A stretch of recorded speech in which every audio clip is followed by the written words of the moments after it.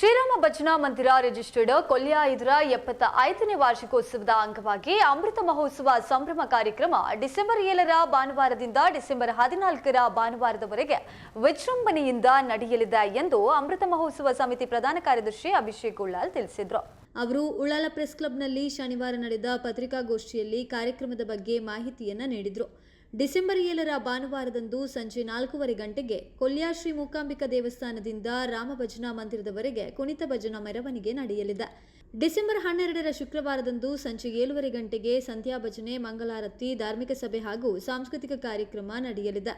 ಸಾಂಸ್ಕೃತಿಕ ಕಾರ್ಯಕ್ರಮದ ಅಂಗವಾಗಿ ಶಿವದೂತಗುಳಿಗೆ ಎಂಬ ತುಳು ನಾಟಕ ನಡೆಯಲಿದೆ. ಡಿಸೆಂಬರ್ 13ರ ಶನಿವಾರದಂದು ಬೆಳಿಗ್ಗೆ ಸೂರ್ಯೋದಯಕ್ಕೆ ಏಕಹ ಭಜನಾ ಸಂಕೀರ್ತನೆ ಆರಂಭಗೊಂಡು ಮಧ್ಯಾಹ್ನ 12:30 ಗಂಟೆಯ ಪೂಜೆಯ ಬಳಿಕ ಸಾರ್ವಜನಿಕ ಅನ್ನ ಸಂತರ್ಪಣೆ, ಮರುದಿನ ಸೂರ್ಯೋದಯಕ್ಕೆ ಮಂಗಳಾರ್ಚನೆಗೊಳ್ಳಲಿದೆ ಎಂದರು. ಅಮೃತ ಮಹೋತ್ಸವ ಸಮಿತಿ ಅಧ್ಯಕ್ಷ ಪ್ರಶಾಂತ್ ಗಟ್ಟಿ, ಶ್ರೀರಾಮ ಭಜನಾ ಮಂದಿರ ಅಧ್ಯಕ್ಷ ಪ್ರೀತಮ್ ಕುಮಾರ್ ಕೊಲ್ಯ, ಶ್ರೀರಾಮ್ ಫ್ರೆಂಡ್ಸ್ ಸರ್ಕಲ್ ಅಧ್ಯಕ್ಷ ವಿಶ್ವತ್ ಕುಲಾಲ್ ಕೊಲ್ಯ ಉಪಸ್ಥಿತರಿದ್ದರು.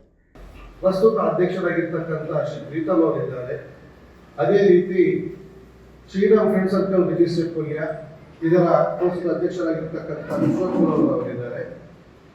ಜೊತೆಯಲ್ಲಿ ಈ ವರ್ಷ ಅಮೃತ ಮಹೋತ್ಸವ 75ನೇ ವರ್ಷ ನಮ್ಮ ಶ್ರೀರಾಮ್ ಭಜನಾ ಮಂದಿರಕ್ಕೆ ತುಂಬಿದ ಈ ಶುಭ ಸಂದರ್ಭದಲ್ಲಿ ಅದರ ಅಮೃತ ಮಹೋತ್ಸವ ಸಮಿತಿಯ ಅಧ್ಯಕ್ಷರಾಗಿರ್ತಕ್ಕಂಥ ಪ್ರಶಾಂತ್ ಗಟ್ಟಿ ಅವರು ನಮ್ಮ ಜೊತೆ ಇದ್ದಾರೆ. ಮತ್ತೆ ನಾನು ಅಭಿಷೇಕ್ ಉಳ್ಳಾಲ್, ಶ್ರೀರಾಮ್ ಫ್ರೆಂಡ್ಸ್ ಸರ್ಕಲ್ ಕೋಶಾಧಿಕಾರಿ ಹಾಗೂ ಅಮೃತ ಮಹೋತ್ಸವ ಸಮಿತಿಯ ಕಾರ್ಯದರ್ಶಿಯಾಗಿ ಜವಾಬ್ದಾರಿಯನ್ನು ನಾನು ವಹಿಸ್ತಾ ಇದ್ದೇನೆ.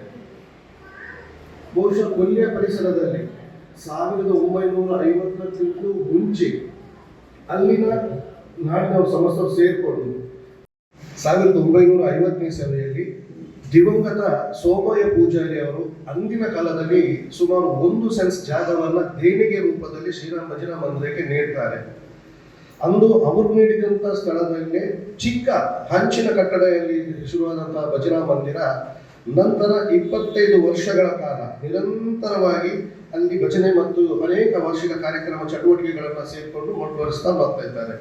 ಅದಾದ್ಮೇಲೆ ಸರಿಸುಮಾರು 50ನೇ ವರ್ಷ ತುಂಬುವಂಥ ಹೊತ್ತಿಗೆ ಪದ್ಮನಾಭ ಪಿಲಾರ್, ದಿವಂಗತ ಪದ್ಮನಾಭ ಪಿಲಾರ್ ಅವರು ಅದನ್ನ ಅನೇಕ ರೀತಿಯಾದಂಥ 50ನೇ ವರ್ಷ ಕೂಡ ಅನೇಕ ರೀತಿಯಾಗಿರ್ತಕ್ಕಂಥ ಕಾರ್ಯಕ್ರಮಗಳನ್ನು ಹಮ್ಮಿಕೊಂಡು ಅಂದಿನ ಕಾಲದಲ್ಲಿ ಬಹಳ ಯಶಸ್ವಿಯಾಗಿ ನಮಗೆ ನಮ್ಮದೇ ಆಗಿರ್ತಕ್ಕಂಥ ಒಂದು ಕಟ್ಟಡ ಬೇಕು, ಈ ಪರಿಸರದಲ್ಲಿ ಭಜನಾ ಮಂದಿರ ಯಾವಾಗಲೂ ಸ್ಥಿರವಾಗಿ ಇರಬೇಕು ಅಂತ ಹೇಳುವ ಉದ್ದೇಶದಲ್ಲಿ ಅವರ ಸ್ವಂತ ವೆಚ್ಚದಲ್ಲಿ ಅವರ ಕಟ್ಟಡವನ್ನು ನಿರ್ಮಾಣ ಮಾಡ್ತಾರೆ.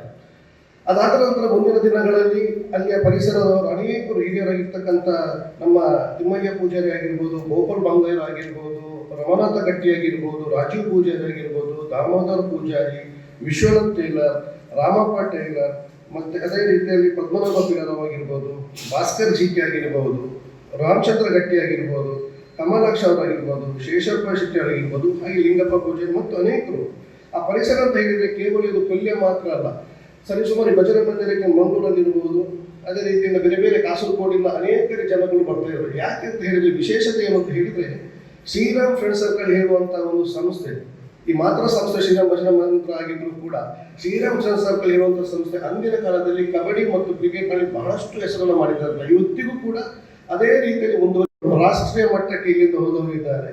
ಸೊ ವಿಶೇಷವಾಗಿ ಹೇಳುವುದು ಅಂತ ಹೇಳಿದ್ರೆ ಈ ಬಾರಿ 75ನೇ ವಾರ್ಷಿಕೋತ್ಸವ, ಈ ಒಂದು ವಾರ್ಷಿಕೋತ್ಸವ ಕಾರ್ಯಕ್ರಮಕ್ಕೆ ಅನೇಕ ಗಣ್ಯರು, ಬಹುಶಃ ಕರ್ನಾಟಕ ರಾಜ್ಯದ ಸರ್ಕಾರದ ಸ್ಪೀಕರ್ ಅವರು ಕೂಡ ಪಾಲ್ಗೊಳ್ತಾ ಇದ್ದಾರೆ. ಅದೇ ರೀತಿಯಾಗಿರ್ತಕ್ಕಂಥ ಅನೇಕ ಚಿತ್ರರಂಗದಿಂದ ಕೂಡ ಅನೇಕರು ಬರ್ತಾರೆ ಅಂತ ಹೇಳಿದ್ದಾರೆ. ಚಿತ್ರರಂಗ ಆಗಿರ್ಬೋದು ಮತ್ತು ಬೇರೆ ಬೇರೆ ರಂಗದಲ್ಲಿ ಒಂದು ಕಾರ್ಯಕ್ರಮವನ್ನು ನಾವು ಹಮ್ಮಿಕೊಂಡಿದ್ದೇವೆ.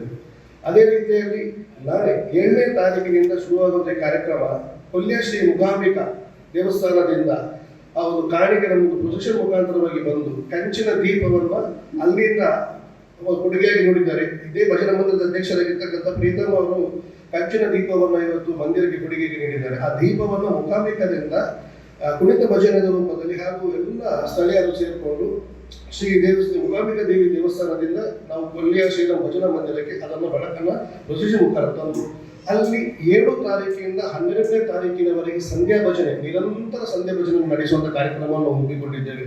ಅದಾದಮೇಲೆ 13ನೇ ತಾರೀಕಿನಿಂದ 14ನೇ ತಾರೀಕಿನವರೆಗೆ ಏಕಹ ಭಜನೆ ಹೇಳಿದರೆ ಸೂರ್ಯೋದಯಕ್ಕಿಂತ ಮುಂಚೆ ತೊಡಗಿಸಿಕೊಂಡು ಮರುದಿವಸ ಸೂರ್ಯೋದಯದವರೆಗೆ ನಿರಂತರವಾಗಿ ಭಜನೆ ಕಾರ್ಯಕ್ರಮವನ್ನು ಹಮ್ಮಿಕೊಂಡಿದ್ದೇವೆ. ಅದೇ ರೀತಿ 12ನೇ ತಾರೀಕಿಗೆ ಸಭಾ ಕಾರ್ಯಕ್ರಮ, ಧಾರ್ಮಿಕ ಕಾರ್ಯಕ್ರಮವನ್ನು ಹಮ್ಮಿಕೊಂಡಿದ್ದು ಶಿವದೂತಗಳಿಗೆ ನಾಟಕವನ್ನು ಕೂಡ ಅವತ್ತು ನಾವು ಆಯೋಜನೆ ಮಾಡಿದ್ದೇವೆ. 14ನೇ ತಾರೀಕಿಗೆ 13ನೇ ತಾರೀಕಿಗೆ ಏಕವಚನ ಇರುವ ಕಾರ್ಯಕ್ರಮ, ಸಭಾ ಕಾರ್ಯಕ್ರಮ ಆಗಲಿ, ವೇದಿಕೆಯಲ್ಲಿ ಯಾವುದೇ ಕಾರ್ಯಕ್ರಮ ನಡೆಯುವುದಿಲ್ಲ.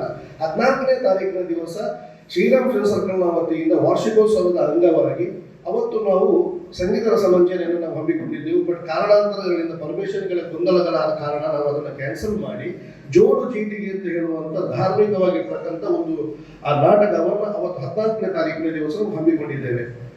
ಬಹಳ ಮುಖ್ಯವಾಗಿ ಪತ್ರಿಕಾಗೋಷ್ಠಿಯನ್ನು ಕರೆದಂತ ಉದ್ದೇಶ ಏನು ಅಂತ ಹೇಳಿದ್ರೆ, ನಮ್ಮ ಪರಿಸರದಲ್ಲಿ ಅನೇಕ ಜನರು, ನಾವು ಈಗಾಗಲೇ ನಮ್ಮ ಕೊಲ್ಯ ಪರಿಸರದಲ್ಲಿ ಇದ್ದಂಥವರು ಬೇರೆ ಬೇರೆ ಕಡೆಗಳಲ್ಲಿ ಈ ಒಂದು ಕೆಲಸದ ಒತ್ತಡದಿಂದಾಗಿರ್ಬೋದು ಅಥವಾ ಬೇರೆ ಬೇರೆ ಸಮಸ್ಯೆಗಳು ಬಂದಾಗ ಅಲ್ಲಿಂದ ಸ್ಥಳಾಂತರ ಯಾರಗೊಂಡಿದ್ದಾರೆ, ಬೇರೆ ಬೇರೆ ಜಾಗಕ್ಕೆ ಹೋಗಿದ್ದಾರೆ. ಅನೇಕ ಸ್ಥಳಗಳಲ್ಲಿ ನಮ್ಮ ಕೊಲ್ಯ ಪರಿಸರದಲ್ಲಿ ಇದ್ದಂಥವರು ಈಗ ಅನೇಕ ಬೇರೆ ಬೇರೆ ಸ್ಥಳಗಳಲ್ಲಿ ಇದ್ದಾರೆ.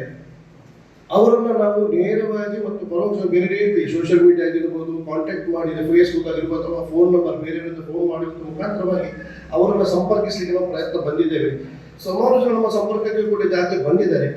ಎಲ್ಲಿಯಾದ್ರೆ ತಪ್ಪಿ ನಮ್ಮಿಂದ ಯಾರಾದ್ರೂ ಸಂಪರ್ಕಕ್ಕೆ ಬರದೇ ಇದ್ದರೆ ದಯವಿಟ್ಟು ಇದನ್ನ ಒಂದು ವೈಯಕ್ತಿಕವಾಗಿರ್ತಕ್ಕಂಥ ಇನ್ವಿಟೇಷನ್ ಅಂತ ತಿಳಿಸ್ಕೊಂಡು ನಮ್ಮ ಮನೆಯ ಕಾರ್ಯಕ್ರಮ ಅಂತ ಹೇಳುವಂತ ಉದ್ದೇಶವನ್ನು ಇಟ್ಕೊಂಡು ದಯವಿಟ್ಟು ಯಾರಿಗಾದ್ರೆ ಈ ಇನ್ವಿಟೇಷನ್ ಸಿಕ್ಕದೇ ಇದ್ದಲ್ಲಿ ಇದನ್ನು ವೈಯಕ್ತಿಕವಾಗಿ ಇನ್ವಿಟೇಷನ್ ಅಂತ ಸಂಪೂರ್ಣ ಅಮೃತ ಮಹೋತ್ಸವ ಸಮಿತಿ ಆಗಿರ್ಬೋದು, ಮಂದಿರ ಆಗಿರ್ಬೋದು ಅಥವಾ ಫ್ರೆಂಡ್ ಸರ್ಕಲ್ ಆಗಿರ್ಬೋದು, 3 ಮಾತೃ ಸಂಸ್ಥೆಗಳ ಮುಖಾಂತರ, 2 ಮಾತೃ ಸಂಸ್ಥೆಗಳು ಮತ್ತು ಒಂದು ಸಮಿತಿಯ ಮುಖಾಂತರ ನಾವು ಕಳಂಕಳೆಯಲ್ಲಿ ವಿನಂತಿ ಮಾಡ್ತಿದ್ದೇವೆ. ದಯವಿಟ್ಟು ಯಾರಿಗಾದ್ರೆ ಇನ್ವಿಟೇಷನ್ ಸಿಕ್ಕದಿದ್ರೆ ತಮ್ಮೆಲ್ಲರ ಒಂದು ಮಿತ್ರರು ನಿಮ್ಮ ಹತ್ರ ಪ್ರತ್ಯೇಕವಾಗಿ ನಾವು ಮಾಧ್ಯಮ ಮತ್ತು ದೃಶ್ಯ ಮಾಧ್ಯಮ ಅಂತ ಹೇಳೋದೇನು ಅಂತ ಹೇಳಿದ್ರೆ, ತಮ್ಮೆಲ್ಲರ ಸಹಾಯದಿಂದ ಕೊಲ್ಲಿಯ ಪರಿಸರದಲ್ಲಿ ಇದ್ದು ಇವತ್ತಿಗೆ ಬೇರೆ ಕಡೆಯಲ್ಲಿ ಎಲ್ಲಿಯಾದ್ರೂ ಇದ್ರೆ ಅದು ಕೊಲ್ಲಿಯ ಪರಿಸರದಲ್ಲಿ ಅವರಿಗೆ ಟಚ್ ಇಲ್ಲದಂತ ಯಾರಾದ್ರೂ ಕೂಡ ದಯವಿಟ್ಟು ಇದನ್ನು ಆಮಂತ್ರಣ ಪತ್ರಿಕೆಯನ್ನು ಮನೆ ಮನೆಗೆ ತಮ್ಮ ಮುಖಾಂತರವಾಗಿ ತಲುಪಿಸುವ ಉದ್ದೇಶದಿಂದ ಈ ಒಂದು ಪತ್ರಿಕಾಗೋಷ್ಠಿಯನ್ನು ನಾವು ಕರೆದಿದ್ದೇವೆ.